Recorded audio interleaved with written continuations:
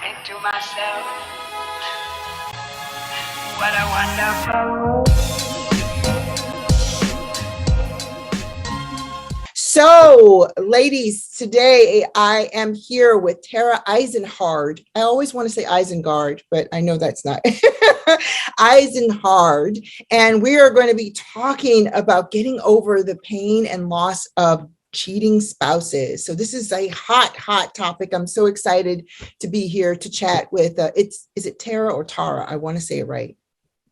So I always tell people my mom calls me Tara, but I think Tara sounds a little bit more classy and elegant. Mm-hmm. So I never correct people. Whatever you want to call me is fine. Well, if you like Tara, then you should be called Tara. Tara it is.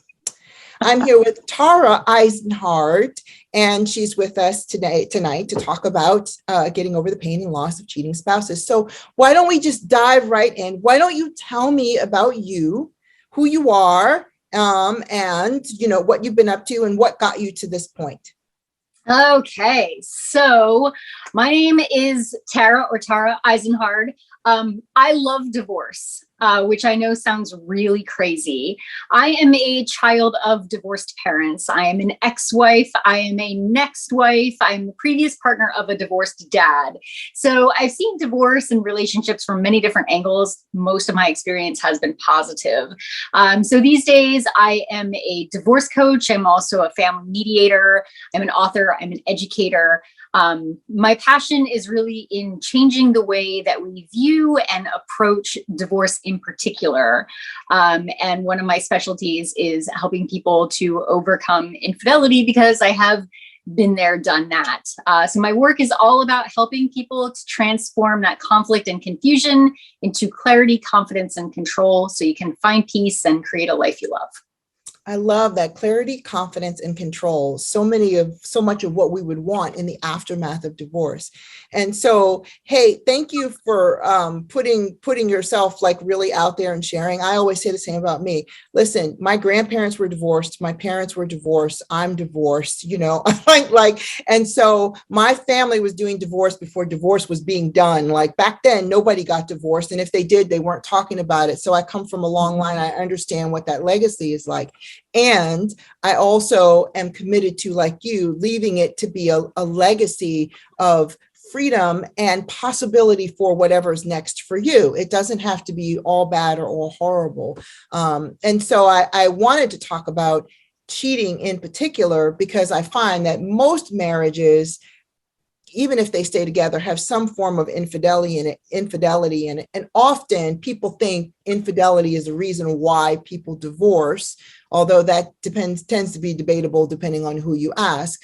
But it's a very painful process, no matter if the woman or the man or however you do it, either way. My audience is mostly women, but for the most part, it's still painful for all parties.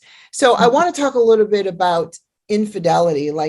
Share a little bit about what you think is the impact on a woman when she discovers that her husband has been, unfaithful.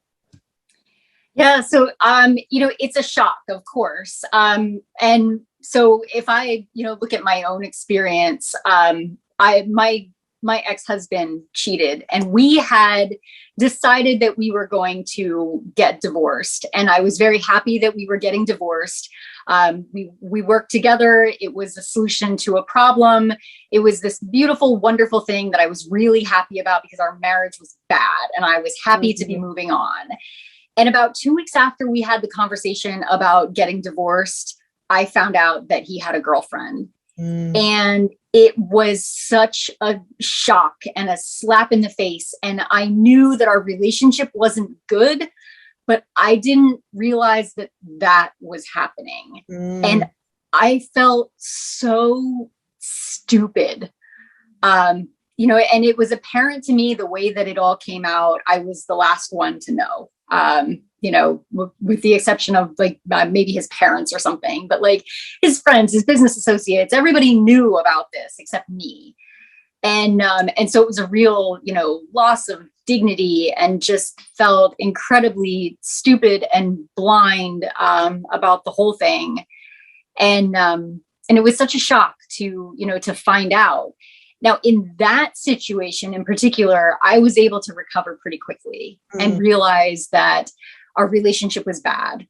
And I was able to find a lot of empathy for him and realize that I cringed every time he touched me. So of course he was seeking some connection with somebody else. Of course he was. That is just human nature, that he needed that. And I was able to kind of feel grateful that this woman was able to step in and, you know, give him something that I was not willing to.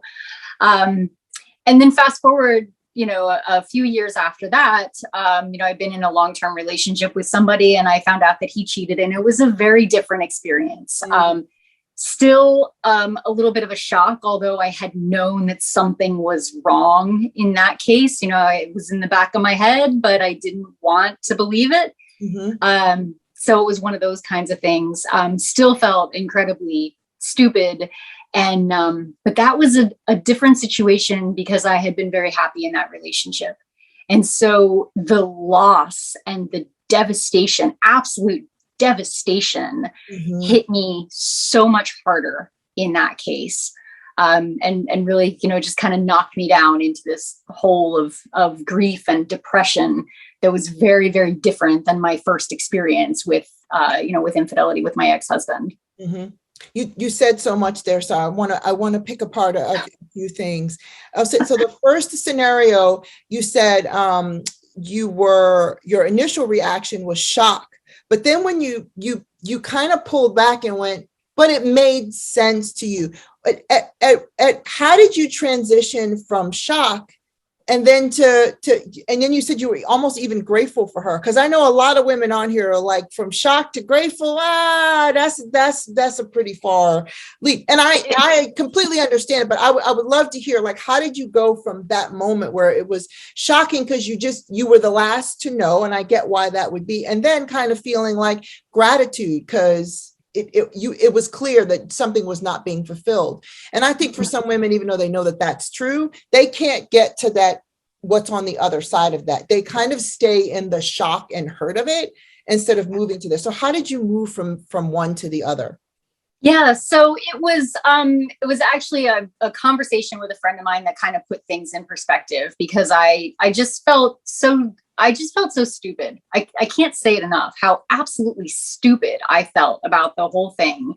And I was talking to a friend of mine. It was a few hours after I had found out about this woman. And, you know, I made the comment about, you know, being replaced, because that was another thing too. Like, oh, this other woman's just going to step right in and it's going to be seamless. I'm going through this whole process where I was happy to do it, but I was losing my entire life and rebuilding. And it kind of seemed like, oh, he's just going to, you know, slide her into place. And so my friend said to me, you know, this isn't really like a replacement for you. This is just, you know, your proof that it's over. This is just makes it crystal clear. And it gives your husband, it gives him something else to do. So he's not going to come back and try to save the marriage, which is what I wanted. I wanted to be able to make a clean break and go.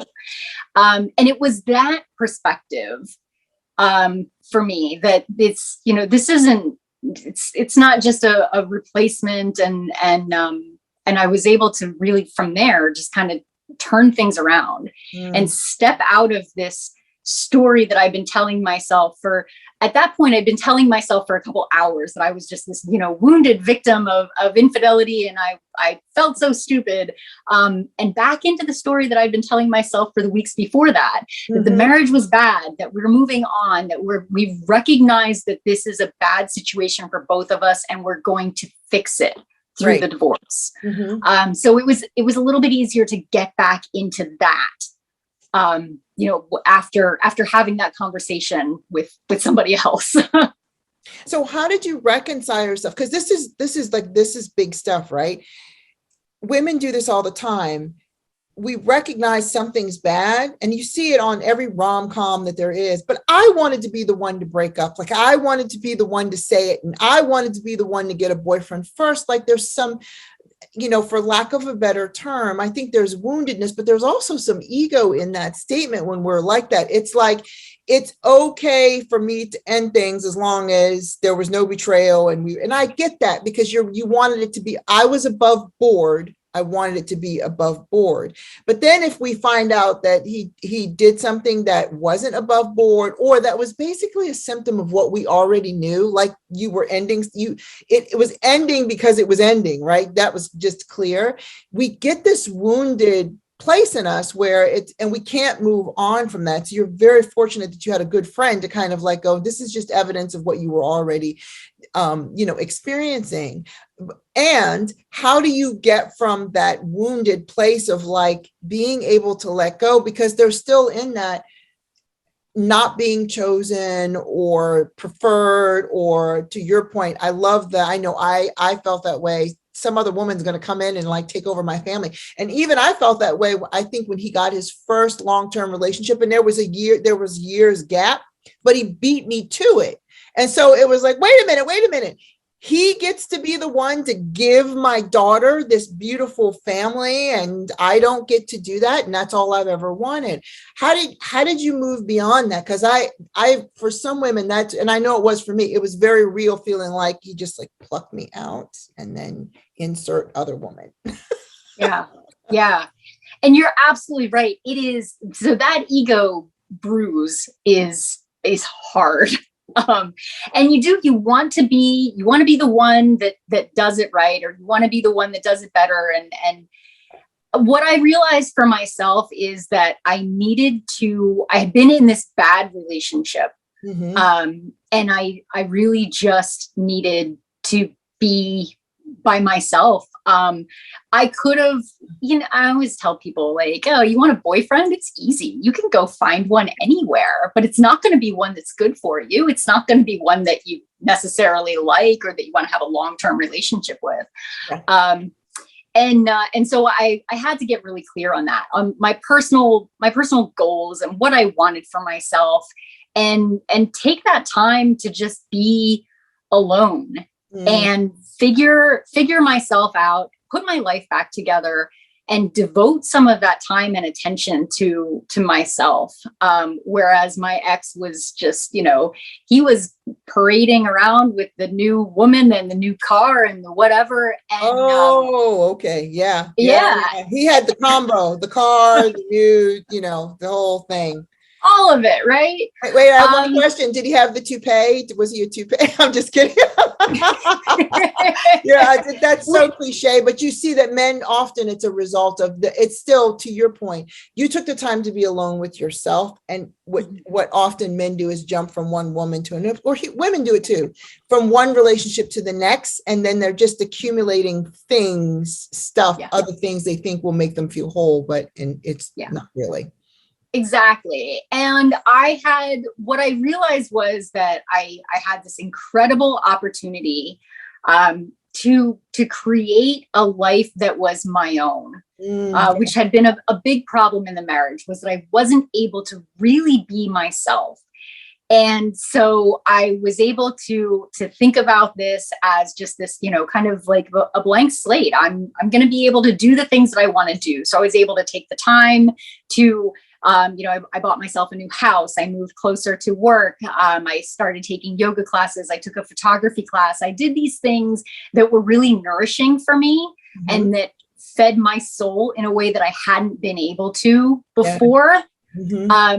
And that was enough for me. And I started, dating too, eventually, but that wasn't the big thing for me. It was that my life was my own. Mm-hmm. And even years later, when I went through the whole infidelity thing again, and it was such a brutal process, the hindsight of being able to realize who I had been in that relationship, where I had sacrificed so much of myself for that relationship, for this man that I absolutely adored.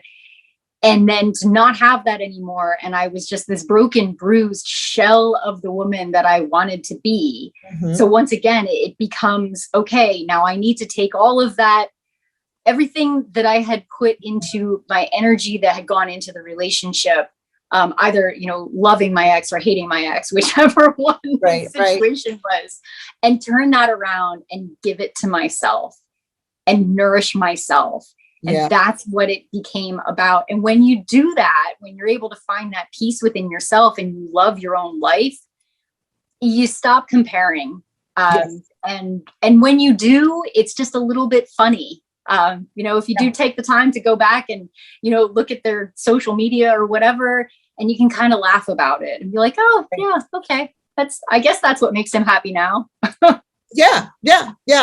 You said a mouthful there. One of the things is when you're focused on yourself, one of the things I noticed is that as I got in touch with what was really the pain point of watching this other relationship that my daughter's dad was in, it was not because he had it, it's because I wanted it for myself. But the initial reaction, I know everybody was, and even I was like, why am I so upset about this? And I had to really get in touch with it. And it's like, do you want him back? And I'm like, no, this isn't it. It was really like, I wanted to be in relationship and wanted to have family. And that's what I was really missing. Or then there's a piece of me that was like, yeah, if you really wanted that, you probably would have it. You've pretty much accomplished everything you really wanted. What else is there that's missing that has this be a trigger for you? But to your point, I had the space and the freedom to look instead of just kind of hopping from boyfriend to boyfriend to boyfriend, assuming that it was some man that was going to bring me that fulfillment rather than knowing what I wanted for myself. And there's a gift in that. And kudos to you for taking the time to actually give yourself the gift of that space. And so many people, I would say, I've seen it in women and I've seen it in men too. I've seen men and women who can't be alone. Like there's almost the distance between one person and the next is very, very short. There's no recovery time. There's no reflection time. There's no healing time. There's just movement from one person to the next person, almost as if it's a numbing agent. So they just don't have to deal with what actually transpired in the last relationship, or really probably some relationships back. So yeah, it's a gift to be able to do that. Now I say that because in the one instance with your ex-husband, you could almost mentally, like there's an emotional part, but there's a part of you that was like, I knew this was over. So you could kind of move through that, not quickly, but differently, because you had already made the determination, the decision to not be in that relationship. So fast forward to this other gentleman you were with, that was devastating, which is for some women where they end up, and then they're stuck in the devastation of that. Yeah. So like, tell me a little bit more about that, because I know for a lot of our audience, especially if you're married for a long time, or you really like, for some women, they will tell you like, I didn't know, I was surprised. He didn't want to work on it. Like it came from the left field and it just like knocked me for a loop, and they were devastated and they never sort of, or are having trouble with moving beyond the devastation. So how did you move beyond that? Because that was a different kind of loss in this instance, relationship, but it was a different kind of, from an emotional standpoint. Yeah, it was a much different experience. One of the things that I talk about a lot is emotional wounds and comparing them to physical wounds. So when you have a wound on your body and it's a physical wound, you have to be able to assess it and take care of it in the way that it requires. And if you don't take care of that wound appropriately, it's not going to heal correctly. If you just keep putting Band-Aids over something that is festering and dirty and you never clean it out, you don't ever give it any fresh air, it's just going to get infected and it's going to continue to cause you pain. Yes. If you don't set a broken bone, it's not going to heal right. You're not going to be able to walk normal ever again, those kinds of things. And so with the emotional wound that I had from my marriage and that infidelity, that was something that I could kind of put a Band-Aid on and go about my life. Years later, it was a much more serious wound. It was something that I needed, I was kind of out of commission for a little while. And that's part of that process, is to be able to realize, okay, is this wound something that I can go about my life, or is it something that I need to take some time off, that I can't be on my feet for a little while? I need help getting getting things done. Sometimes people need medication. Sometimes they need inpatient care. It's really the same thing as a physical wound. And so that was a very different experience, and it required a much different approach. I needed to take time, off. I needed to sleep more. I had a very strict schedule that I put myself on, where I was, going to bed at 9 o'clock at night, just to be done with the day. Doing dishes and vacuuming and doing everything, keeping myself on a schedule, giving myself the time that I needed to be able to cry, and spending time with people who were going to let me cry, and recognizing that I needed people to prop me up and help me to feel normal. So I had people sending me emails to check in with me on a regular basis every day, things like that. Until I could kind of get my strength back and get back on my feet. But that took months. And along with all of that, at that point, I was already a divorce coach. And so I knew that I was going to be okay. I knew that I was going to come out of this. I knew everything was going to be all right. And of course, after my divorce and everything, I knew it, but it was just so hard for me because I couldn't just hit the fast forward button and get there. Yeah. And my coach told me at one point, she said, you need to give yourself permission to be a wounded woman. Yeah. And so I gave myself permission to be a wounded woman. I took care of those wounds. As I did get my strength back and was able to start living my life again, I needed to live by very strict boundaries, as far as my relationship with my ex and how much I was still talking to him and things like that. I needed to get really serious about the goals for myself and realize that I'm not willing to live in this hole of depression forever. I'm going to get out. And when that happens, who do I want to be? And what can I do right now to start to take steps to becoming this woman that I know that I'm going to be when this is all over? Yeah. Yeah. You said, again, a mouthful. So unpack that a little bit. One of the things that, and actually the last interview I did, her background was in nursing. And so she talked about recover before you rebuild. So you're right in the vicinity of what we were talking about, that I don't know that we as women give ourselves permission to be wounded.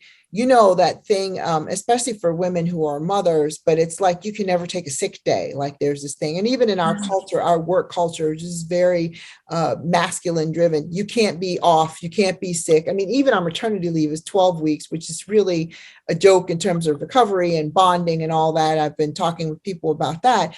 There's not a, and even now there's all this talk about mental health. There's not a space where it's okay to not be okay until you're okay again, right? Because right. It is okay to not be okay until you're okay again. And the more permission, to your point, that you grant yourself to not to be okay, to be not okay until you're okay, you do get there sooner than constantly resisting the fact I'm not okay. Sure I am. I just need to, let me just dry these tears, like suck it up, get back in there. You can handle it. You can take it, slough it off and, get in there and you can, but there's no space to cry. There's no space to grieve.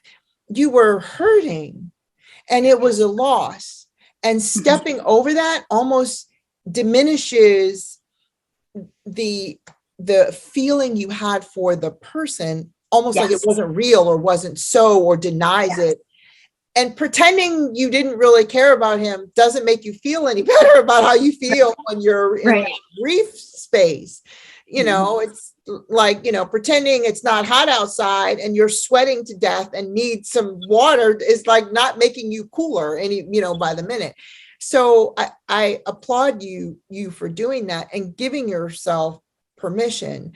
And to your point, you had a coach who encouraged you and said that to you, and you surrounded yourself with really good people. Now, I wanted to touch on that because I think a lot of women, myself included, we often feel we don't have a lot of good people around us in this process. How did you sort of choose your squad, your recovery squad, if you will? Because I know I felt like in my case, I was the only one going through divorce. So a lot of it was nobody got it. except for my mom, who had been through a divorce, obviously, right? So I had that, but I didn't want to talk everything over with my mom. She and I are good friends, and that wasn't it.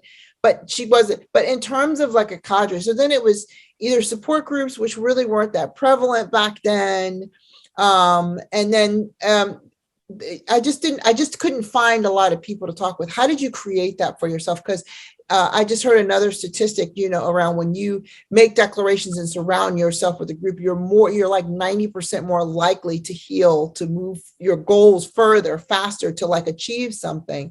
And for so many of us, they don't feel like they have anybody they can really talk to. How did you create that for yourself? Yeah, so that's a great question, because it's a lot of trial and error.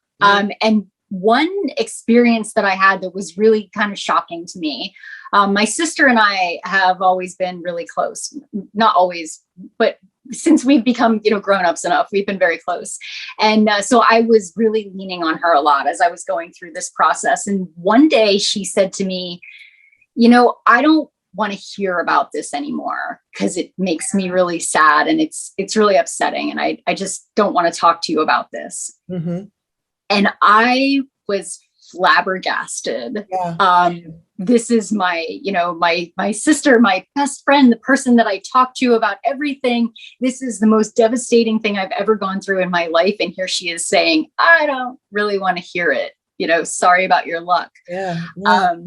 And so that was really hard. And it took me a little while to figure out that that's her boundary. Yeah. And it didn't mean that she didn't love me or didn't support me. That was just something that she needed to do for herself.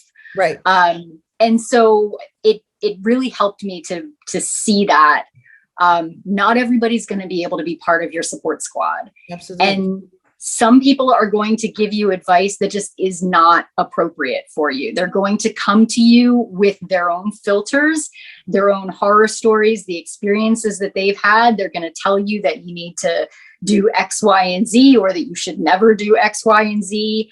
And so much of it is about them. Yeah. And so it becomes really important to find the people who want to be there for you, mm-hmm. and then be able to tell them what you need. And so for some people, I just needed to be able to talk and check in. I got emails from my grandmother every day, and it was just basically, so, hey, she lives in Massachusetts. I'm in Pennsylvania. So it's kind of, hey, how's the weather? Here's the birds that are at my bird feeder. What have you been doing lately? And it was just general rehashing, small talk kind of stuff that helped me to feel like a normal person. Right. I had another friend who just kind of adopted me into her family because I had no life. And so they took me with them. They visited farms and they went to the beach and they had me come along with them and things like that to get me out. And to help me just have some new experiences and things like that. And then I had people who had been there and who understood that I could talk to about like the really, the hard stuff, right. The brutal stuff. And, but it's really about finding the right people for the right things. And yes. Sometimes you're going to be wrong in your assumptions that the person who's always been there for you can be there for you in this space, because it's yes. really different. Yeah. My sister, I don't think she was even married then. So her context was just not there.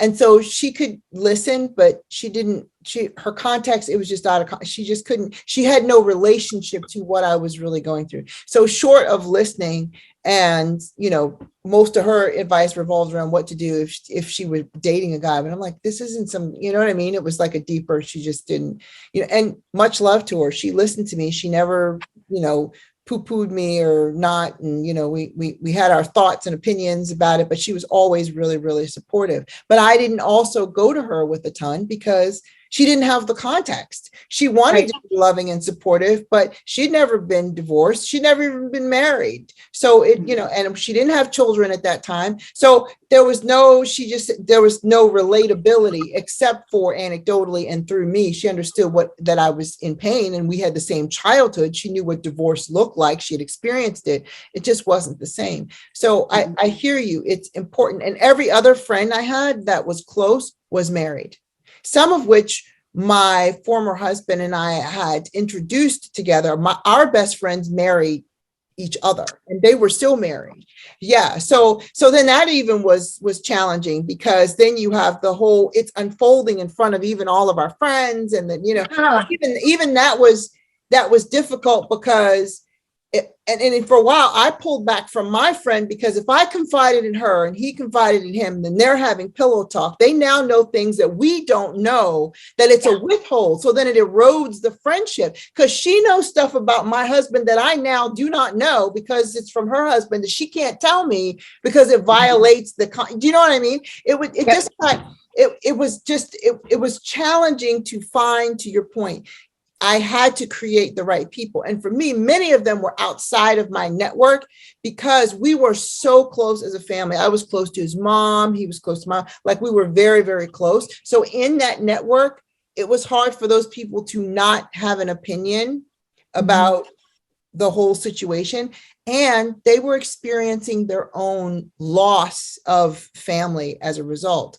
So you had to pick and choose, where are you going to go for your own comfort? And for me, I ended up going to a lot of different resources outside of my network, because inside it was it was painful for me to share and not really be supported in the way I needed to be. And it was painful for me to watch them watching us unfold, and them watching their loss around this breakup, because it was impacting them too.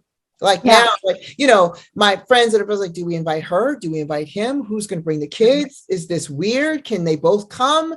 Do we talk to each other? Do we talk to them about the guest list? It got crazy. So I hear you. That's important. I would encourage people to step back and really look at who's available for what, and not have it be right or wrong, but just who's available and who's going to be the most supportive of you in that time. Because it's very, very, it's an important choice to make, or else you feel like you're alone. And I think there were points where I just felt alone. Mm-hmm. Yeah. You're just, there wasn't anybody around, and which is why I sought other support outside of that. So in all of this, one of the things I was talking about before we got on is infidelity costs us in lots of different ways. And everybody's present to those surface costs. Cost me my marriage, cost me my credit score, cost me my car, my home, whatever.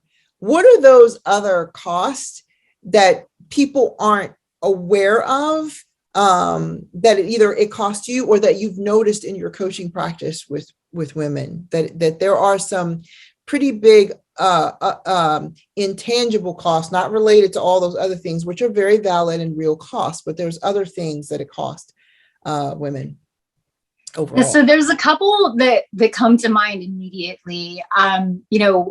Your dignity, your sense of self and your reality, and that whole picture of what you thought was real and true, and who you were, and the value that you had, it's just kind of gone. Mm-hmm. And of course, it's not really gone.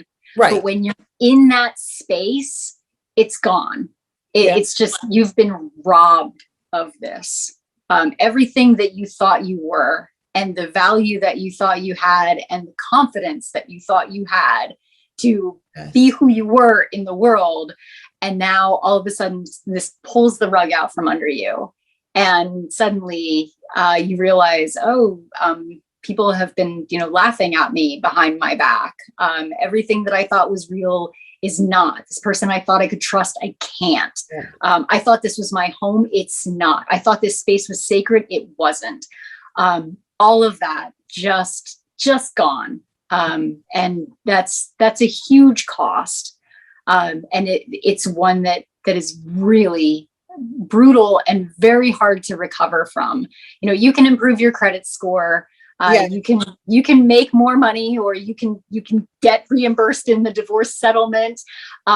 You can even get married again, and rebuild a family. But those internal costs that really, hit your heart and your brain, some of those intangible ones, they're hard. Yeah. And you said a couple things. One was dignity. I think so many of us, and you said before, you said you felt stupid. I felt foolish. You feel like you've erroneously or gifted someone something they didn't deserve, or betrayed you, and that you made a poor decision in doing that. So then it for me, one of my costs, it eroded my trust in myself.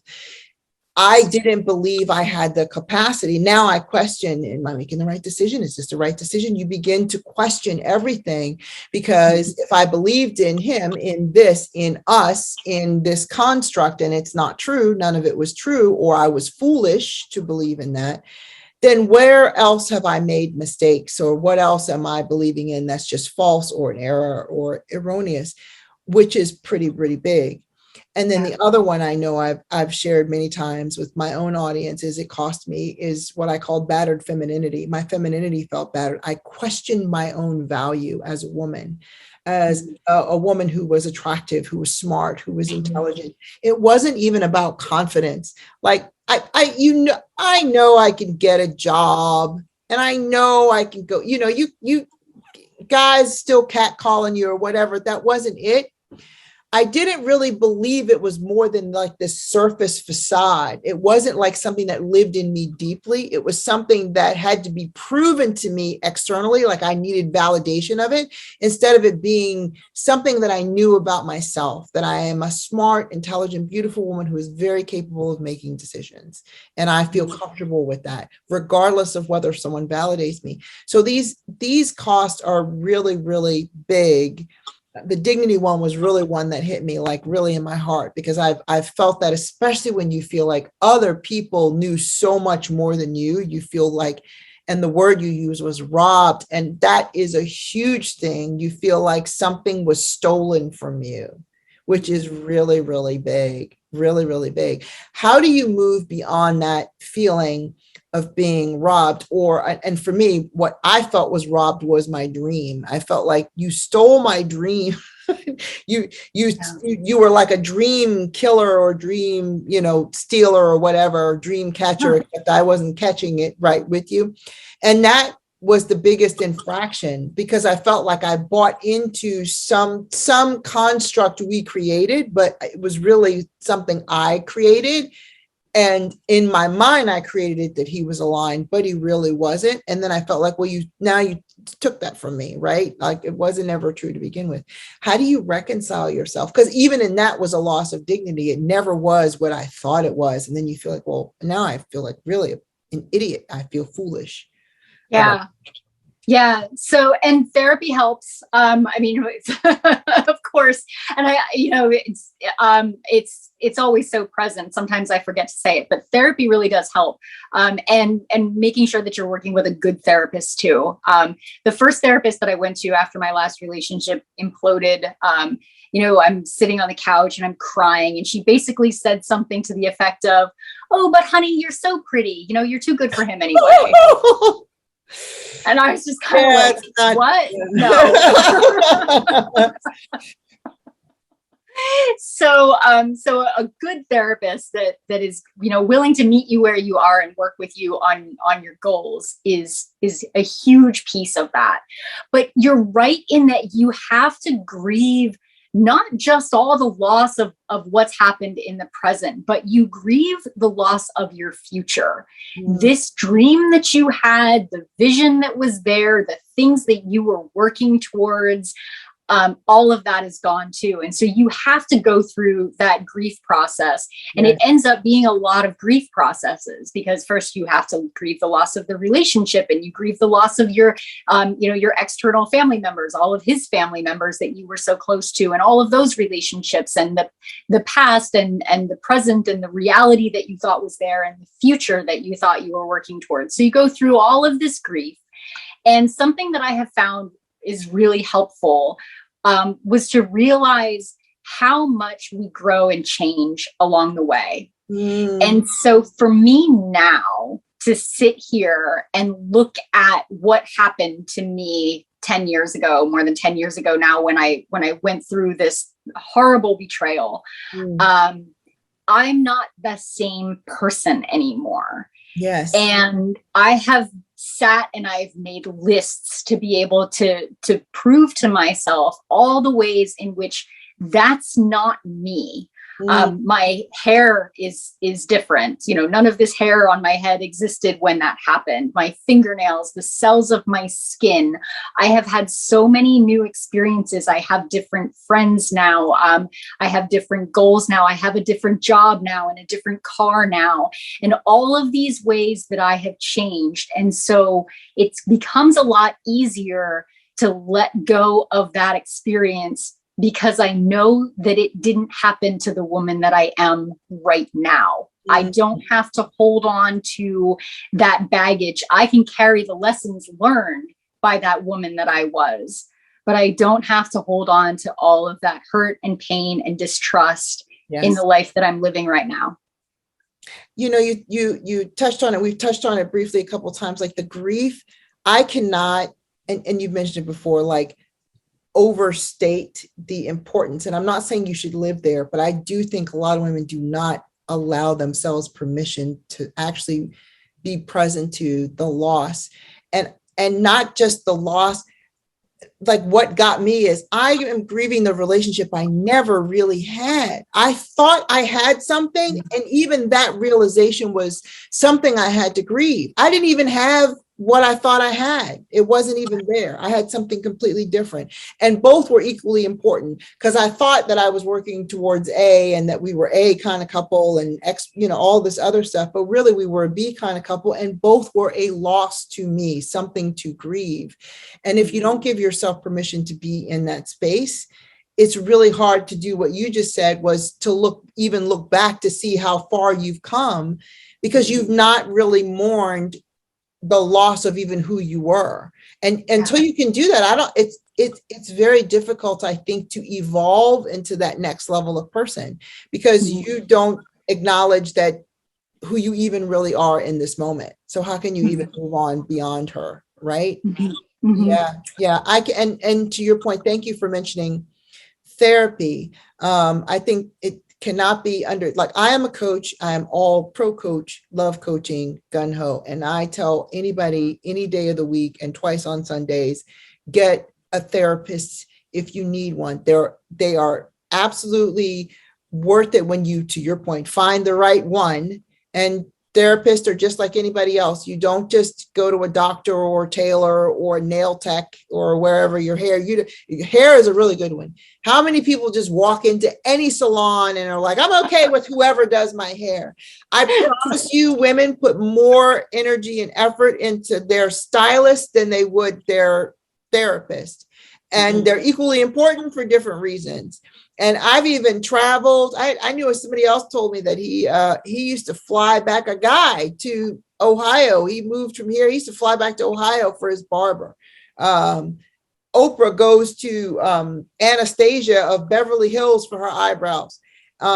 Dr. Phil is in Texas, and I know that's a good, she hiked all the way to Dr. Phil, but there are people, we won't go around the corner to really interview a therapist, and it's okay to interview a therapist. And if they're not, you don't feel like they're supporting you, that's another permission. Give yourself permission to call your EAP, to get online with one of these services and goes, I just need somebody else. This isn't going to work for me. I need somebody who's going to be supporting me in a way that's meaningful to me. Yeah. Yeah. And that's where your self-awareness comes in. That's another thing that I talk about a lot, is that your self-awareness is the root of your personal power. Yes. So spend that time with yourself, know what you need, so that when you go to interview those therapists, you can say, look, here's where I'm at. Here's what I'm looking for. Are you the person to help me? Yeah. And I don't think, for some of us, like we said, that we move through life, and I don't want to, this isn't a blame thing. I think our lives are super fast paced. I know when I went through my divorce, there was a part of me that was like, hurry up already. When is this going to be over already? I'm tired of grieving about this already. You know, I got other things to do already, right? There's a piece of us that do that. So part of, at least in the US here, there's some programming around things need to happen really, really fast.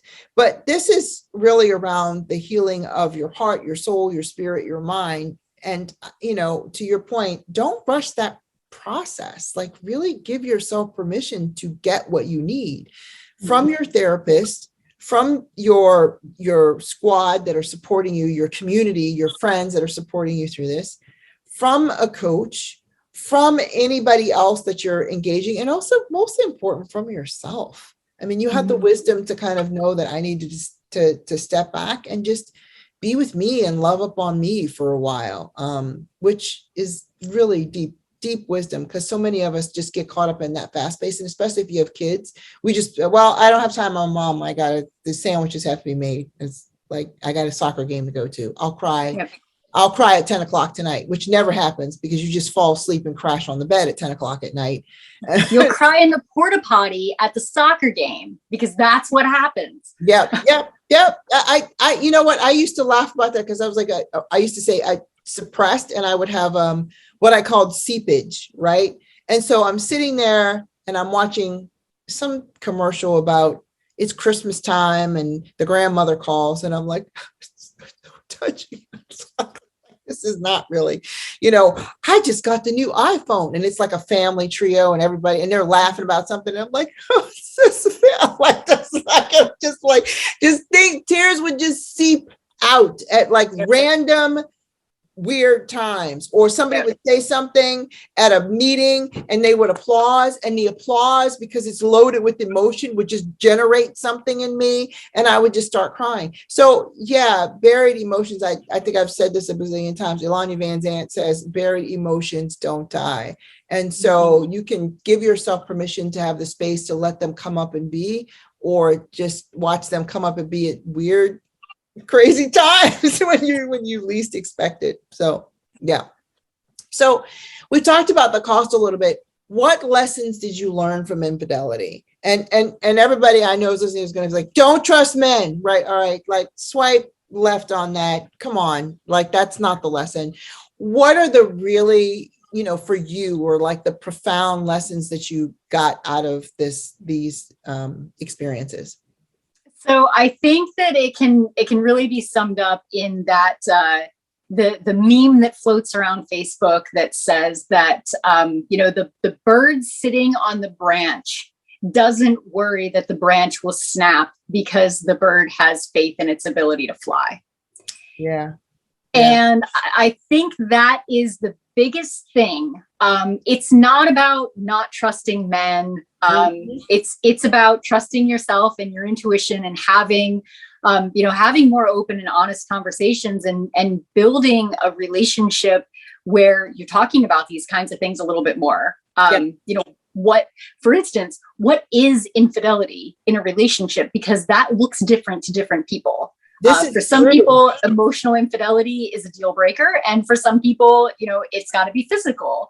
So if you and your partner are mismatched on that, it's a good idea to know those kinds of things. So it comes down to being more proactive, but also to trust yourself, and to make sure that you are bringing your fullest potential and expression of yourself to a new relationship. And knowing that if it doesn't work out, that's going to be really sad and painful, but it's not going to ruin you. And to be able to still, you know, have your dignity, to know that you did it right.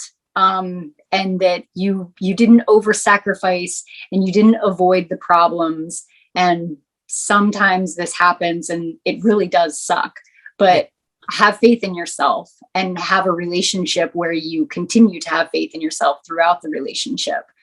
You'll be a lot better off if that ends, than if you do like I did and just, sacrifice everything in the world and be like, oh, just, whatever, this relationship, this man is wonderful and makes me happy. And I'll do anything to stay in this space and lose myself in the process. I think that's where that dignity piece comes in, because you feel like you gave up yourself.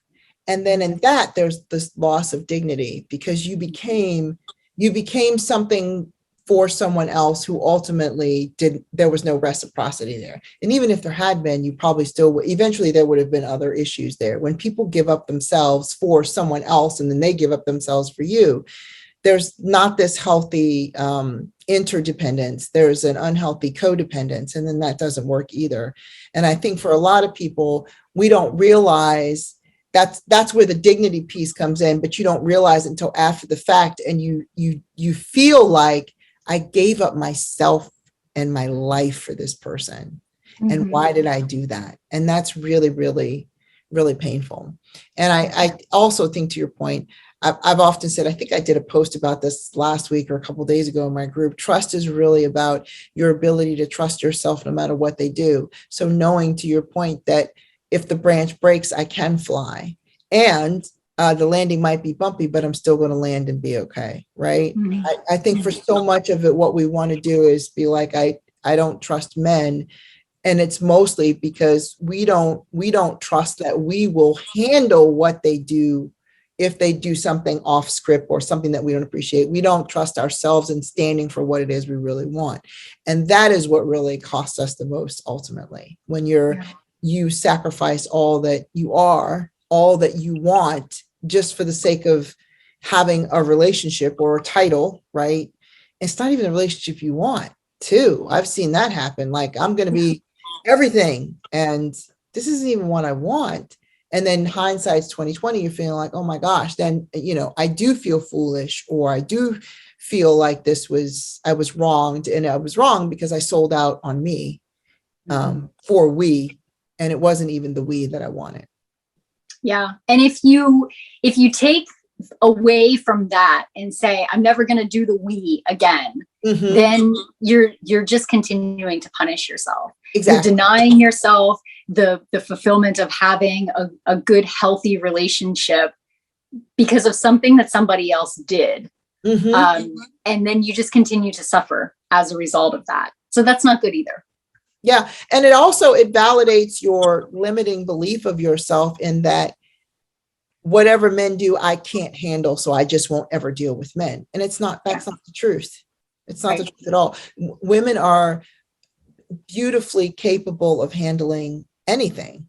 I mean, we can handle it. You just need to know figure out where your own struggles are and shore yourself up in those areas. So when you see them, you recognize them and you can make different choices around them. And that's where that space comes in, that loving, gifting, healing space to just kind of do your own work and learn about yourself and love yourself up and be there for yourself, so that the next time you encounter something that looks like a duck and quacks like a duck, you go, that's a duck and I don't like ducks and I'm out.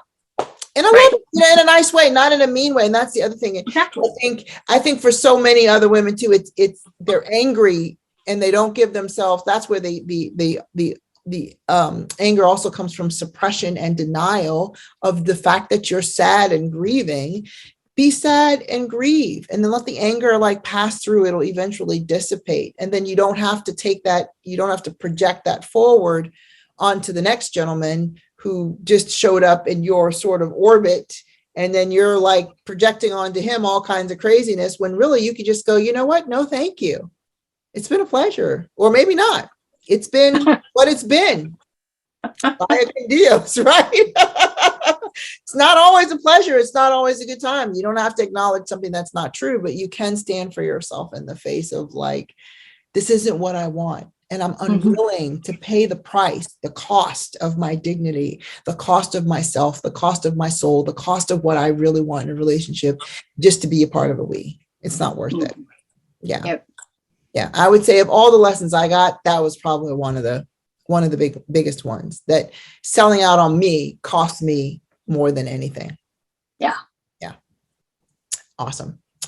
All right. So I want to ask you some rapid fire questions. I like this. This is my favorite part.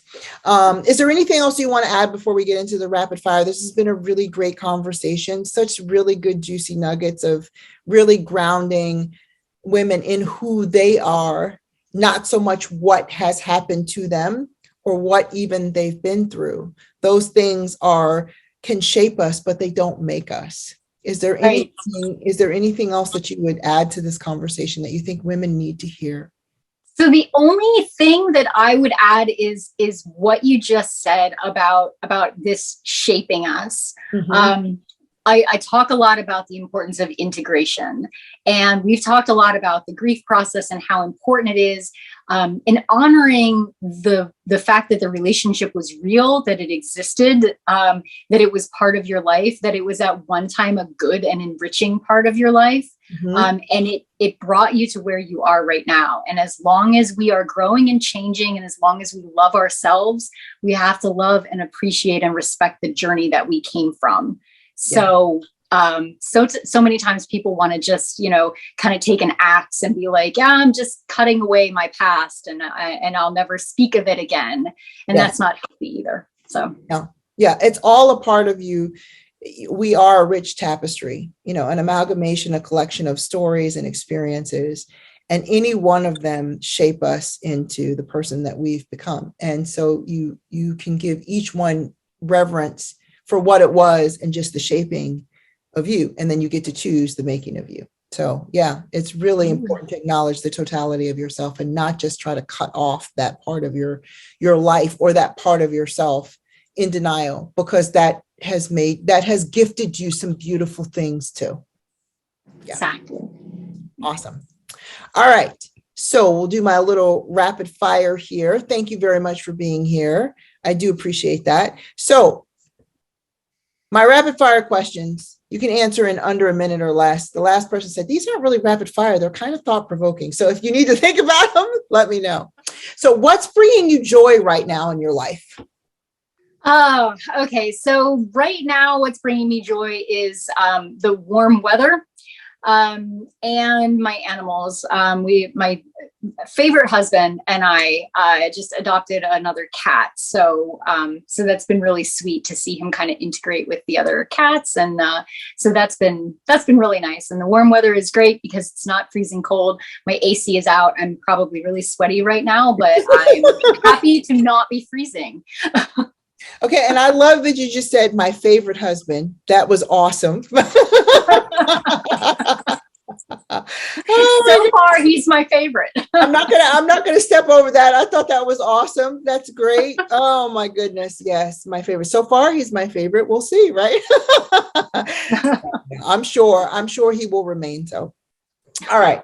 So I also say we make fiercely feminine decisions and then desperate decisions. What was your last desperate decision? And then tell me, what was your last fiercely feminine decision? Oh my gosh. That is really thought-provoking.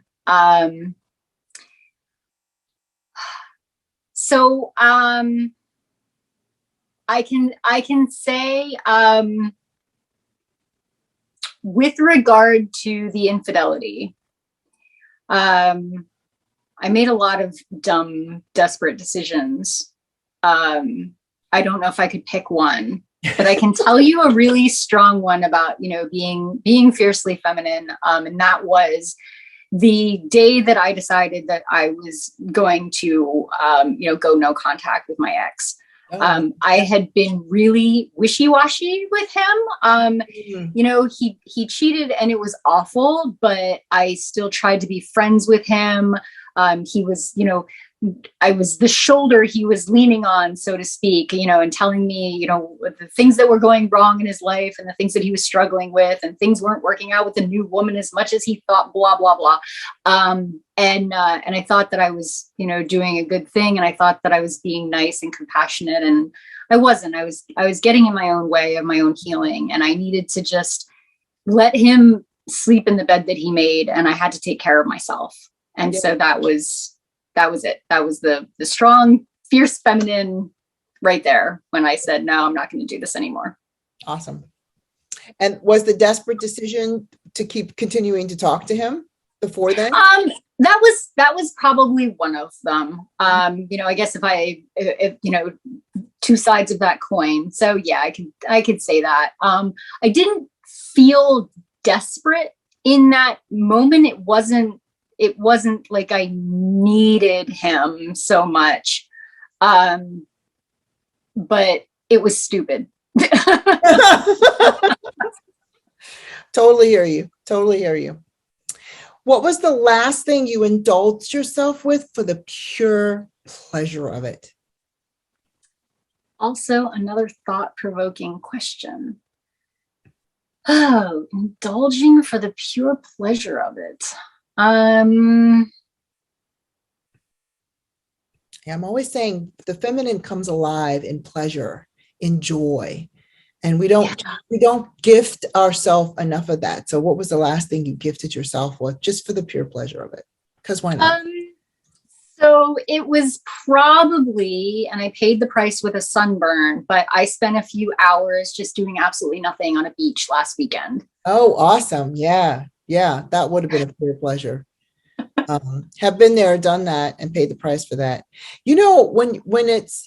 When it's like 70, 80, it never really feels that hot, but they tell everybody, like, you should always be wearing SPF. I think the minimum is 30 because you don't really feel it. And then you end up with like, why am I so itchy and all kinds of like it wasn't that hot, but you'd be surprised at what incidental sun exposure can do for us in our skin. Yeah. And so what's next for you in your coaching life, in your business? Like what's coming up next for you? Anything you want to share with us? Any programs or anything that you've got going on? So one thing that I am putting together right now, I haven't released it at all, but what I'm working on is a series for co-parents. So it'll be a series of online workshops, via Zoom, dealing with some of the big issues with co-parenting, for people who are parenting after divorce, getting over some of those struggles, celebrating some of the things that are really awesome about it, dealing with communication and things like that. That's awesome. I would love to have you back to talk about co-parenting. I mean, I've shared with people many times, like I have a great co-parenting relationship with my daughter's dad. I mean, even you may have even noticed I've said former husband, daughter's dad. I've never called him my ex-husband. We don't actually refer to each other as that. And I think it's so important because it creates a sense of stability for the kids, which is what it ultimately, I mean, our divorce is our business and our crap and whatever happened, but my daughter has nothing to do with that.